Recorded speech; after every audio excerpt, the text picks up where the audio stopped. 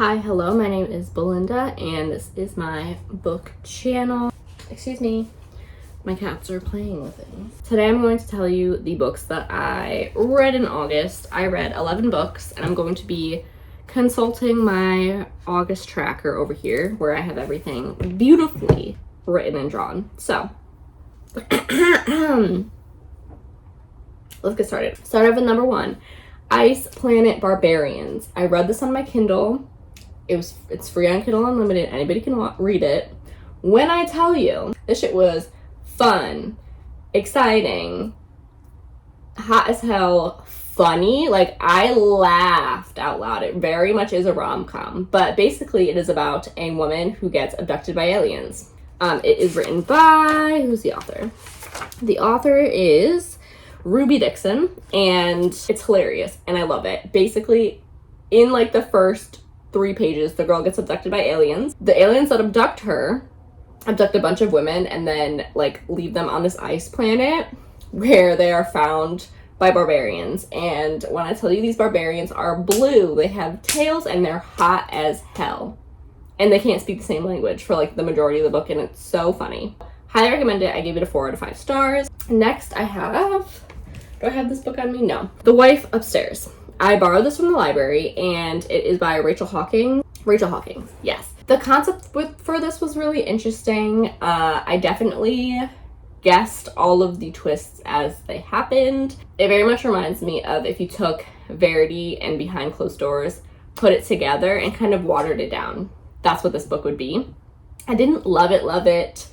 The characters were very interesting. They were very morally gray, and it's about rich people doing sketchy things, which is always a fun thriller theme for me. I would give it a 3 out of 5 stars. Wasn't my favorite, wasn't my least favorite. Then I read Atlas 6. Didn't know how I was gonna feel about this. I really don't like pretentiously written books. They really bother me unless they're done correctly.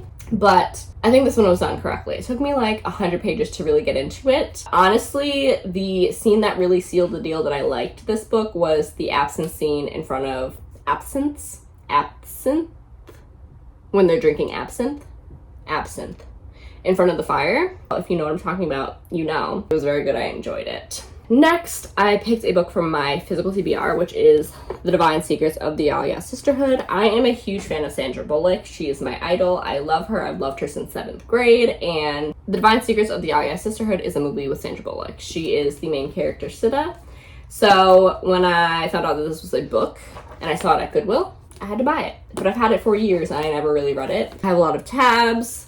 There's a lot of really good quotes in this book. It's a very good book about generational trauma, basically, in the South. And it's so good. It's so beautiful and amazing, and I highly recommend any daughter read it, basically. Next, I read A Slow Burning Fire, which I have, that I borrowed from the library. This is by Paula Hawkins, who is the author of Girl on a Train. And this story is basically about a woman who was basically run over when she was a child and has had trauma both physically and mentally since. And she gets involved with this very rich man, young man, he's like 20 something, and he's found murdered on his boat. And it's basically about her, his aunt, and the woman that lives next door, and all of them kind of trying to figure out what happened to this man on this boat when he was killed. It's very interesting, and I really, really enjoyed it. I liked all the perspectives in it, and I thought it was very gripping, very fast-paced, and I liked it. I saw the twist happening. I don't enjoy that, but I like what they did with it, and I like how they explained it, so I gave this a 4 out of 5 stars. Next, I read Clara and the Sun. This is a sci-fi literary fiction that is about an artificial intelligent friend. We're basically in a society where that's a normal thing to have artificial intelligent friends for your small children, and that is what Clara is. She is solar powered, so the sun is a very big part of her life and her philosophy on life, her view on life. It starts out with her in the store where she is bought by a young girl, and it's her life with this girl when she is purchased and is keeping her company throughout her days. Very good book. I very, very much enjoyed it. So it came out in 2021. very interesting. I wonder if the pandemic was inspiration to him on writing this, because all of the children are schooled from home online, like a lot of the children in America and in other countries had to do during the pandemic. And it very much reminds me of that time, because these children were given these friends because they're alone all the time, and it's kind of used as an interaction and a way for them to be social on the daily basis. I really liked it. I really liked the messages in it. It was a beautiful world that this man created, and I highly enjoyed my time. I gave it a 4 out of 5 stars. Then we have Everything We Didn't Say by Nicole Bart, and this was my book of the month for October 2021. I really just bought it because it was the one thriller, I think, that was available during October, and we know I love thrillers. Honestly, I didn't enjoy this all that much. It was very slow paced. For a thriller, this was one of the slowest paced thrillers I've ever read. And it did what a lot of thrillers do, which is tell a story in alternating perspectives, past and present. So there was a murder in this woman's small town when she was 18, I believe, about to be 18, going to college. So it alternates between winter, when she is 30 something, coming back to her small town after not living there for many years, and her right before a murder takes place, which was the murder of her next door neighbors, which was an older couple. The rest of her life was plagued with this murder, and she constantly heard it on podcasts, and nobody really knows what happened that night. And she was friends with these people. Her brother was really close with them, and nobody really knew exactly what happened. It's her returning back to her hometown, really trying to figure out what went wrong and what happened that summer all those years ago. It was interesting, and I read this when I had COVID, so maybe it was my fever dream-esque mind. I just didn't enjoy it that much, and it took me so long to actually read it. Because of that, really, I gave it a 2 out of 5 stars. It was my least favorite book of the month. Then I read Female of the Species by Mindy McGinnis. This book I had seen on Books with Chloe, Jamie's Library, the BookTube community. Basically, it is a YA contemporary romance thriller, all at the same time. But it's basically about a girl in high school who is getting ready to go to college, whose sister was murdered when she was younger. I don't know how long between her sister being murdered and the events of this book, but it's basically about her sister being murdered and how her as a person has evolved since that event, and how she's very much isolated herself her entire life. She hasn't really had any friends, nothing like that, and it's her kind of like finding friends and love for the first time, but constantly in the back of her mind having her sister's death there, and she seeks revenge on everybody around her. She's kind of a menace to society, trying to keep herself out of society because she knows this about herself, and it's about these two kids really like breaking that little shield that she's built. It's honestly beautiful, and I didn't cry, but I definitely could have cried, and I think this was so well done. And I really wish I read this when I was like going into college, like when I was the age of the characters. I think it would have been perfect and amazing, and I would have been so emotionally changed by it. But as a 25-year-old adult, it's still very good, and the messages are so amazing on rape culture and just so many things.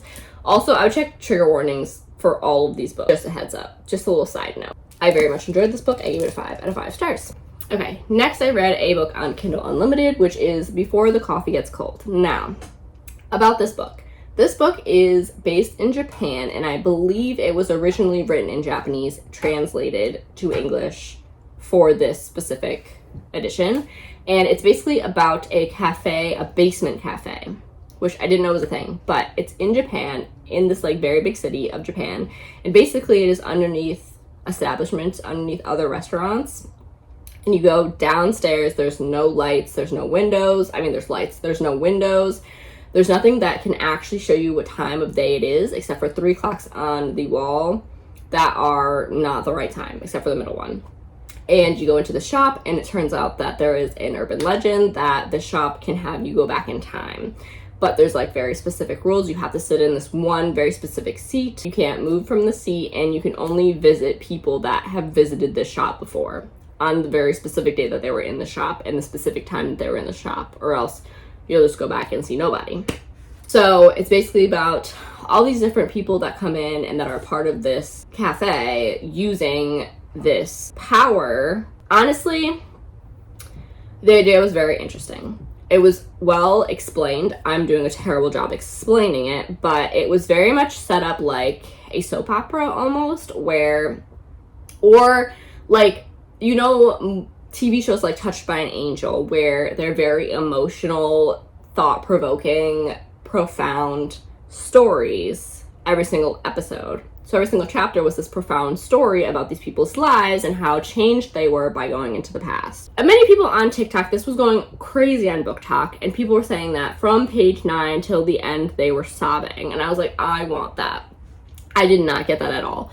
I think my problem, what did not translate, was literally the translation. I don't think that, I feel like there's like, do you see that shadow? It looks like somebody's head. It's freaking me the fuck out.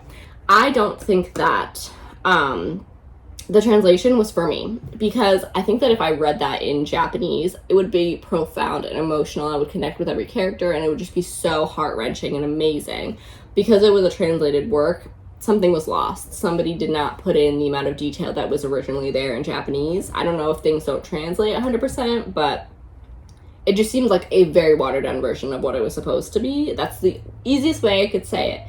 Every conversation that was had seemed very short and very, very blunt and to the point, where I feel like it was almost not realistic. It felt like I was reading the script of a TV show versus an actual book. And I really liked it, and I liked the messages that were in it, and I thought it was really cute, but I didn't like sob. Like, I didn't feel connected to any of the characters emotionally like that, and I really, really wanted that. But I give it a 3 out of 5. It wasn't horrible, but it wasn't great. It was good. Then I read Red, White, and Royal Blue. One of my new favorite books ever. Look at all the tabs. This book is beautiful, and I highly recommend it to anybody who loves romances. It is a romance where the President of the United States' son falls in love with the Prince of England. It is honestly amazing. I didn't know if I was going to love it, because I've heard it's very political. Like, they talk a lot about politics in this book, because it's literally about the son of the United States who wants to go into politics. But when I tell you, this book was so cute and amazing. I almost cried at the end. I loved the relationship so much. The characters were beautiful and amazing, and I want the world for them. This book was so good, and I highly, highly, highly recommend it. I give it a 5 out of 5 stars. And then the most recent book that I read that I literally finished today was Behind Closed Doors by B.A. Paris. A very good thriller. I very much recommend this book. One of my favorite thrillers ever, and I've read many of them. I read many of them this month. I recommend this to people who really like fucked up characters, because one of the main characters in the book is so fucked up. I've never read a more evil character than I have in this book. And this book is about a woman who marries a man after knowing him for 3 months. And it turns out that this marriage is not what it seems like. It seems very perfect. What's that called? Every dinner party they have, everything that they do, they look perfect. They're picture perfect. They're gorgeous. Everything seems amazing, but it's not. That's all I'm going to say, because you really need to learn for yourself. Like, I refused to read the back because I knew kind of what it was about, but this was so good. If you read The Wife Upstairs and you thought that it was really lacking for whatever reason, like it just didn't give you what you wanted, it didn't give what it should have given, you should read this book, because it's basically The Wife Upstairs, but like really, really good. So I highly, highly, highly recommend this one. I give it a 5 out of 5 stars as well. And that is pretty much what I read this month. This is my little spread that I have. In my last video, I gave more in-depth view at my pages, and I also kind of showed you some of the books that I might be reading this month. I don't really know. I'm a very big mood reader, so we'll see what happens. We'll see how it goes, but I'm very excited. I really love the books that I read this month, and I can't wait for September.